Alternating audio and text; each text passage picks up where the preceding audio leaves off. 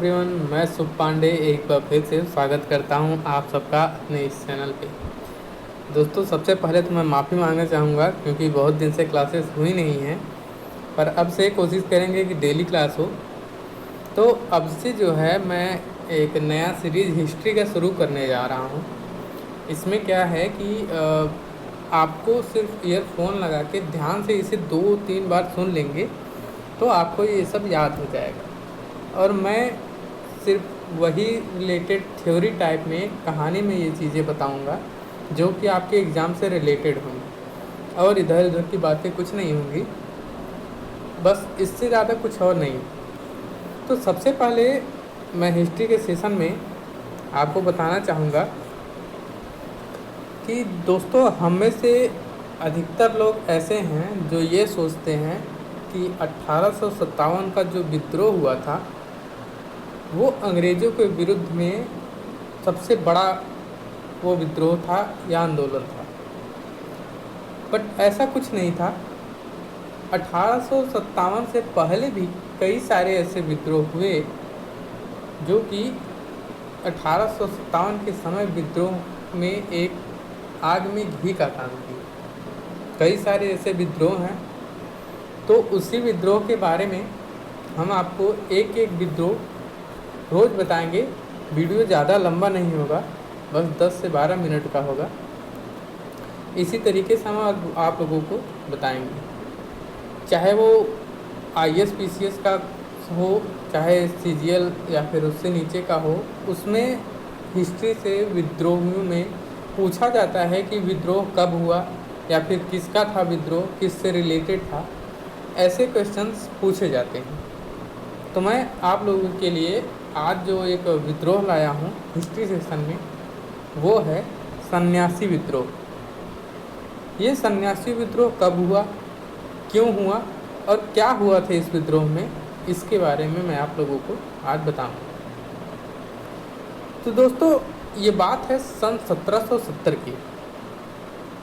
1770 से लगभग 50 साल ये विद्रोह आंदोलन चला हुआ था, जो कि सन्यासी विद्रोह के नाम से जाना जाता है। इसका शुरुआत था 1770 से और इसका एंड हुआ था 1820 ईस्वी में, यानी कि लगभग 50 साल यह आंदोलन चला हुआ था।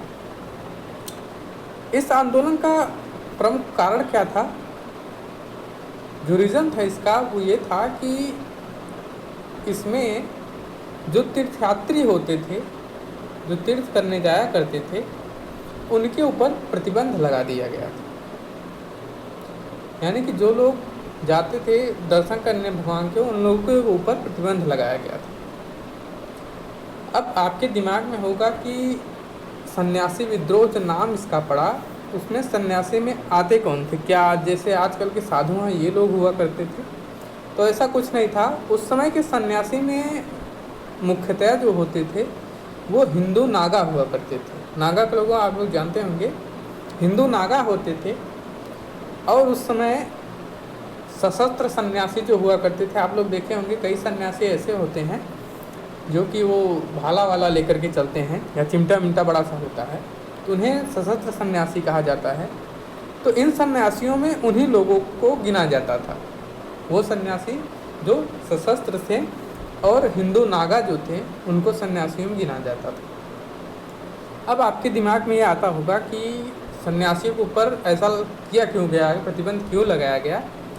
तो दोस्तों, उस समय जो सन्यासी हुआ करते थे, जो कभी क्या करते थे कि जो मराठा थे या राजपूत थे या फिर वहाँ बंगाल और अवध के नवाब जो हुआ करते थे, उनकी सेनाओं में ये लोग रहते थे।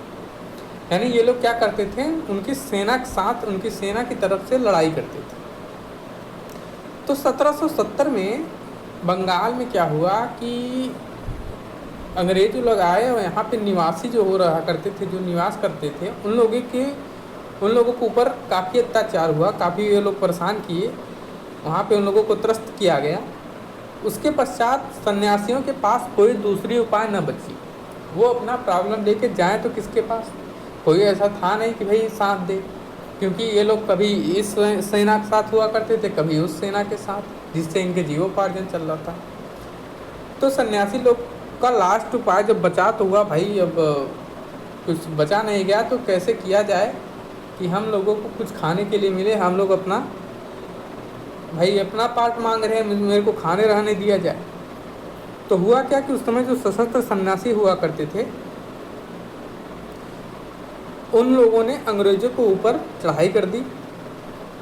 चढ़ाई ऐसे कर दी कि वहीं के रहने वाले जो अंग्रेज आए हुए थे उनके ऊपर बलपूर्वक टूट पड़े, उनका जितना पैसा था सब लूटे, उनके साथ में शस्त्र से भी विद्रोह किए, काफ़ी मार झगड़ा हुआ ना, उनकी फैक्ट्रियाँ लूट ली, अंग्रेज़ों की जो फैक्ट्रियाँ हुआ करती थी। और एक बात बता दूं, जो फैक्ट्री उसमें होती थी ऐसा नहीं था कि उसमें निर्माण हुआ करते थे। फैक्ट्री में जो था वो गोडाउन एक प्रकार का होता था, उसमें वो लोग गोडाउन में हर चीज़ें भारत से लेकर के वहाँ रखते थे और उसी चीज़ों को अपने देश भेजते थे। तो वो गोडाउन जो था वहाँ पे इन लोगों ने लूट कर दिया, कौन, सन्यासी लोग। तो यही विद्रोह था। फिर अंग्रेज़ों ने क्या किया, उन्होंने उस जो आंदोलन उन लोगों ने चलाया हुआ था उसका बहुत ही प्रचंड रूप से उन लोगों का दमन किया अंग्रेज़ों ने, उन लोगों को बहुत मारा पीटा और जा कर के ये जो आंदोलन था ये 1820 ईस्वी में इसे आंदोलन को समाप्त किया गया। ठीक है, तो अब आपका दिमाग में ये होगा कि ये मिलेगा कहाँ, तो जो हमारे वंदे मातरम के रचयिता जो हैं बंकिम चंद्र चट्टोपाध्याय जी, उन्होंने एक उपन्यास लिखा हुआ है आनंद मठ। तो उस आनंद मठ में इस चीज़ का जिक्र किया गया है। बंकिम चंद्र ने एक और उपन्यास लिखा है जो कि है देवी चौधरानी। ठीक है, तो उसमें उन्होंने ये भी बताया है कि उसमें ये देखा गया कि जो महिलाएं थी उन्होंने भी ब्रिटिश शासन के विरुद्ध में कई सारे संघर्ष किए, कई सारे भाग लिए विद्रोह में। और जो ये सन्यासी विद्रोह हुआ था इसमें हिंदू और मुस्लिम दोनों लोग साथ में खड़े हुए थे। ऐसा नहीं था कि सिर्फ हिंदू ही लोग थे भाई उनका हुआ होता, ऐसा भाई दोनों लोग साथ में थे। इसीलिए ये कारण है कि कभी कभी ये सन्यासी विद्रोह को फ़कीर विद्रोह के भी नाम से जाना जाता है। तो अगर कभी आपसे पूछ लिया जाए कि फ़कीर विद्रोह क्या है तो आप समझ जाइएगा कि एक सन्यासी विद्रोह के बारे में बात किया जा रहा है। इस विद्रोह में कुछ प्रमुख नेता थे जिसका नाम मैं आपको बताना चाहूँगा कि मजनून शाह, चिराग अली, मूसा शाह, भवानी पाठक और देवी चौधरानी जो थी वो भी इसमें शामिल थी।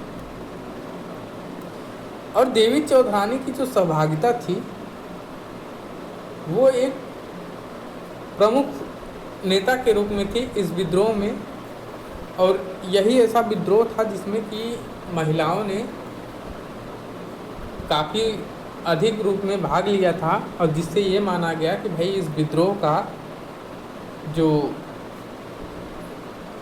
विद्रोह हुआ था इसमें महिलाओं का भूमिका जो था वो स्वीकार करने लायक था कि भाई इसमें महिलाएं भी हमारे साथ थी और उन्हीं कारण ये विद्रोह जो है वो सफल होता है। तो ये था ही आपका सन्यासी विद्रोह जो कि हुआ था 1770 से 1820 के बीच। इसके अलावा कुछ विद्रोह में था नहीं, बस यही एक मामूली सी चीज़ें थी जो आपको मैंने बता दी।